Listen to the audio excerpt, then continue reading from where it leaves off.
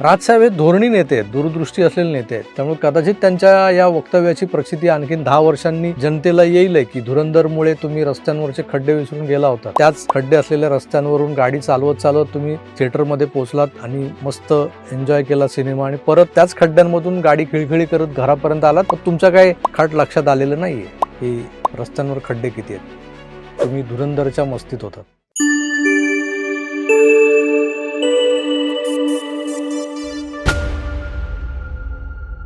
काल गुढीपाडव्याच्या मेळाव्यात राज ठाकरेंचं भाषण झालं आणि आज बहुतेक सगळ्या वर्तमानपत्रात त्याबद्दलच्या छोट्या मोठ्या बातम्या झळकल्यात.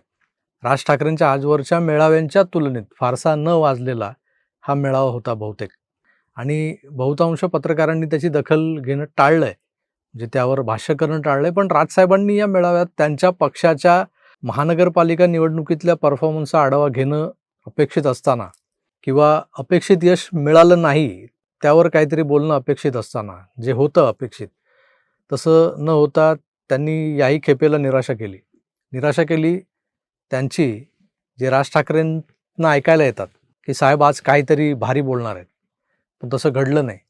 2006 साली किंवा त्यानंतरच्या कित्येक सभांमध्ये शब्दांमधून फुलणारा अंगार हा काय असतो हे राजसाहेबांच्या भाषणातून जाणवायचं. तो आता जाणवत नाही. मराठी हा विषय आक्रमकपणे मांडताना परप्रांतीयाच्या मनात धडकी भरवणारा आशय हा राजसाहेबांच्या भाषणांमधून मिळायचा त्यावेळेला. पण हल्ली भाषण रंगत तर नाही आणि आत्ता रंगेल मग रंगेल असं वाटत असताना अचानक 35-40 मिनिटात ते संपतं देखील. अशा भाषणातला एक मुद्दा आज चर्चेत आहे की सरकारनं जनतेला अवांतर गोष्टीत गुंतवून ठेवलंय. जीवनावश्यक मुद्द्यांकडे लक्षच जाऊ नये यासाठी सोशल मीडियाचा वापर केला जातोय. इंस्टाग्राम हे त्यातलं एक टूल किट आहे आणि राजसाहेबांनी स्वतः कबुली दिली की मीच मागे काहीतरी रीलबाज वगैरे बोलावले होते आणि मग त्यानंतर मी इंस्टाग्रामवर आलो आणि मग कसं त्यात गुंतत गेलो. आता हे टूल किट एक झालं, तर इतर गोष्टींमध्ये राजसाहेबांनी सिनेमाचा उल्लेख केलाय. खरं तर मी माझ्या होम थिएटरवर दररोज एक सिनेमा बघतो असं एकेकाळी सांगणारे सिनेरसिक राजसाहेब ठाकरे आज सरकारचं टूलकिट म्हणून त्याच सिनेमांकडे बोट दाखवत आहेत, याचं मला आश्चर्य वाटलं. असो, भूमिका बदलण्याचा आरोप होत असला त्यांच्यावर तरी तसंच काहीसं नाही आहे बरं का. सलीम खान, सलमान खान, जावेद अख्तर हे राजसाहेबांचे आजही चांगले मित्र आहेत. बरं, एखादा प्रोपोगंडा सिनेमा हा प्रचंड गाजतो आणि त्याच्या धूमधाममध्ये जनता आता आपले प्रॉब्लेम विसरते असं काहीसं राजसाहेबांना म्हणायचं असावं. सिनेमा का आठवला तर धुरंधर पार्ट 1 येऊन गेला. प्रचंड तुफानी यश त्या सिनेमाला लाभलंय आणि अचानक महिनाभरातच त्याचा सिक्वेलही येतोय, धुरंधर रिव्हेंज. प्रचंड हाईप झाली आहे त्या सिनेमाची. कदाचित धुरंधरवरून साहेबांना सिनेमाही सुद्धा अफूची गोळी आहे असं वाटलं असावं. कदाचित त्याच्या आधी केरला स्टोरी किंवा आणखीन एक सिनेमा आला होता. या सिनेमांना प्रोपोगंडा टूल किट म्हटलं गेलं होतं आणि त्यामुळे ही धर्म वगैरे यांच्यासारखीच एक अफूची गोळी आहे असं म्हटलं जात आहे त्यांना, म्हणून ते बोलून गेले बहुतेक. राजसाहेब हे धोरणी नेते आहेत, दूरदृष्टी असलेले नेते आहेत. त्यामुळे कदाचित त्यांच्या या वक्तव्याची प्रचिती आणखीन 10 वर्षांनी जनतेला येईल की धुरंधरमुळे तुम्ही रस्त्यांवरचे खड्डे विसरून गेला होतात. त्याच खड्डे असलेल्या रस्त्यांवरून गाडी चालवत चालवत तुम्ही थिएटरमध्ये पोहोचलात आणि मस्त एन्जॉय केला सिनेमा आणि परत त्याच खड्ड्यांमधून गाडी खिळखिळी करत घरापर्यंत आलात. पण तुमच्या काय खाट लक्षात आलेलं नाहीये की रस्त्यांवर खड्डे किती आहेत. तुम्ही धुरंधरच्या मस्तीत होतात. पण काही पत्रकार मंडळी, काही मीडिया हाऊसेस ही धुरंधर पार्ट 2ला प्रोपोगंडा सिनेमा सिद्ध करण्याच्या वाटेला न जाता आणि तो हिट होईल न होईल याबद्दल कुठलंही भाकीत न करता थेट त्याच्याहीपेक्षा एखादा हॉलिवूडवाला सिनेमा कसा सुपरडुपर हिट झाला होता, धुरंधरपेक्षाही जबरदस्त स्पाय थ्रिलर सिनेमा ज्याने 11 वर्षांपूर्वीच 1500 कोटींचा गल्ला जमवला कसा होता वगैरे सांगून आपला धुरंधरवरचा आकस स्पष्ट करून टाकताना दिसतात. कुठलं चॅनल किंवा कुठलं वेब पोर्टल आहे हे मी सांगत नाही, तुम्हाला स्क्रीनशॉटवरून दिसेल ते. पण त्यांच्यातला आकस बघा. धुरंधर हा गुप्तहेर पटांमधला एक बेंचमार्क बनू पाहतोय.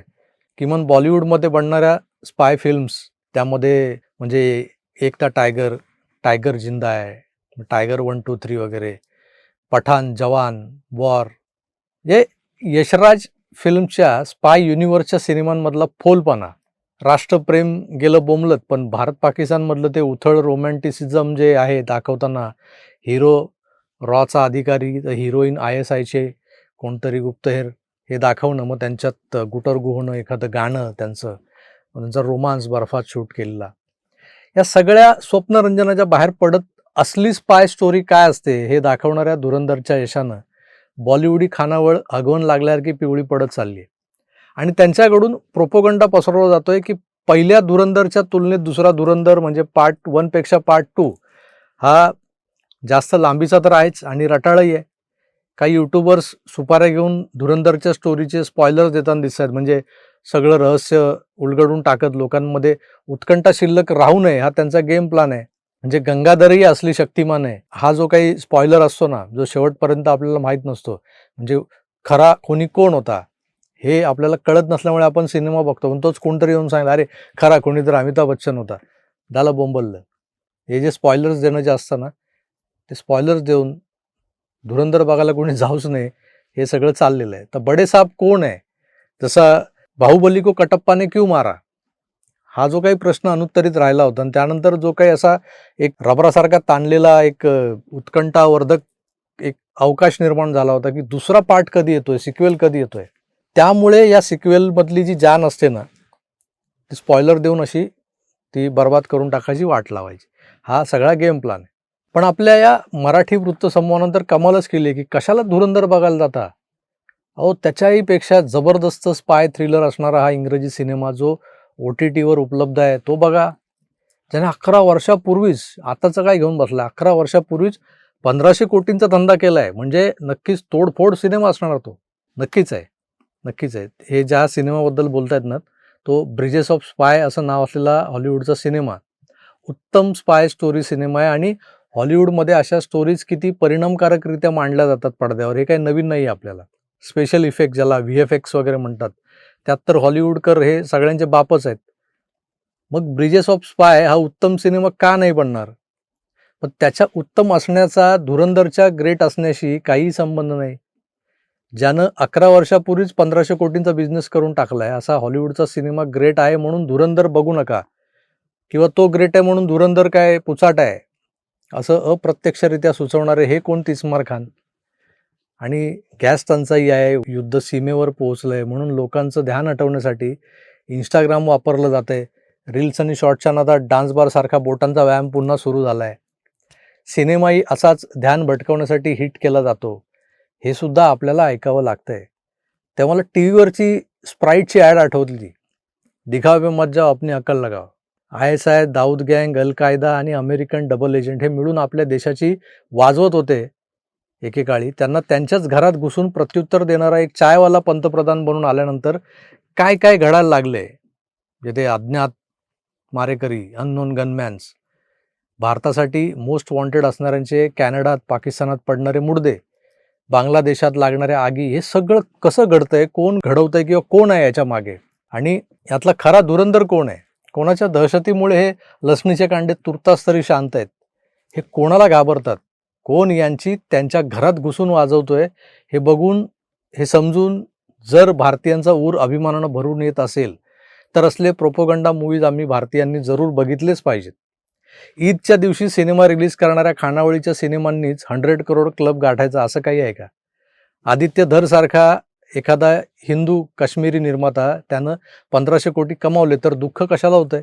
त्यामुळे धुरंधर पार्ट 1 तर बघितलाच असेल तुम्ही, पार्ट 2 ही जरूर बघा. सिनेमा स्वप्नरंजनासह मनोरंजनासाठी जरूर असतो, पण अगदी अमेरिका रशिया शीतयुद्धाच्या कालखंडात म्हणजे 1960 ते 80च्या जवळपास पूर्वार्धात आपल्या हिंदी सिनेमांवर कधी KGBचा म्हणजे रशियाचा इन्फ्लुएन्स होता, तर कधी त्या अमेरिकन गुप्तहेर यंत्रणेचा, CIAचा. राज कपूरचे सिनेमे हे साम्यवादी सोशलिस्ट विचारसरणीचेच नमुने नव्हते का? आता ज्यांनी बघितलेत, नीट समजून घेतलेत हे सगळे सिनेमे, अगदी चलिया मेरा नाम चलना मेरा काम, मेरा जूता है जपानी, अनाडी, हे बरेच सिनेमे आहेत राज कपूरचे. कोण आठवतं जरा नीट बघा. सगळ्या गोष्टी प्रोपोगंडात असतात, पण त्या वेगवेगळ्या मार्गाने सादर केल्या जातात आणि वेगवेगळ्या कारणांसाठी केल्या जातात. सांगायला गेलो ना तर बॉलिवूडचा इतिहास बराच माहिती आहे मला, सांगेन मी, पण पुन्हा केव्हा तरी. तुर्तास मी इथेच थांबतो, पुन्हा भेटूच धुरंधर बघून आल्यानंतर. तोवर थांबूया. आपली काळजी घ्या आणि पाहत राहा आपलं आवडतं YouTube चॅनेल आकार DG9. धन्यवाद. नमस्कार.